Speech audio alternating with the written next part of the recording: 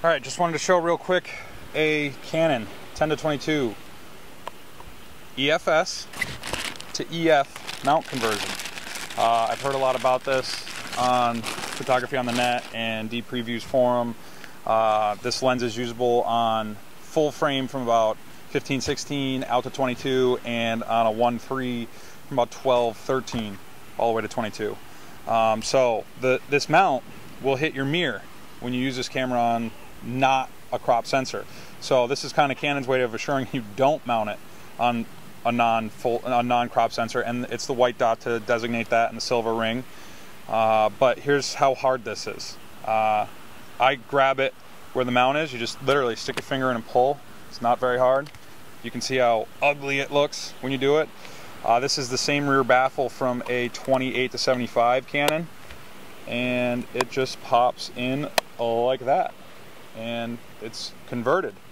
Now you can see when you zoom, it's going to be hard to see on the video, but when you zoom out, some junk on the back of that, but when you zoom to 10, you can see a little bit of a lip sticking in there.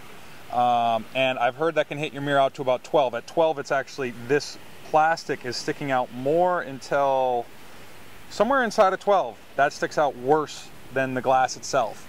But I've heard you want to keep it at 12.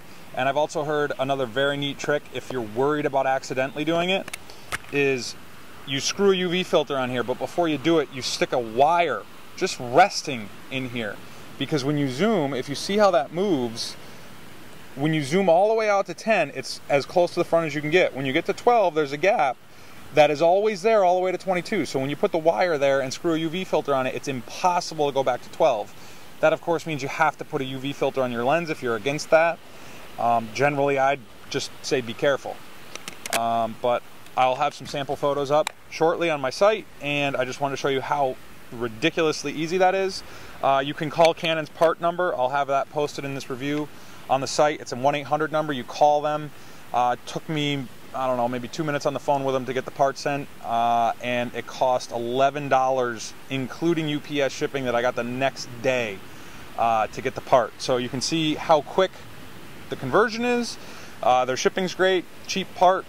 If you're shooting a 1.3 or a full frame and you have this lens for a different camera, definitely worth pursuing. So hopefully that helped you.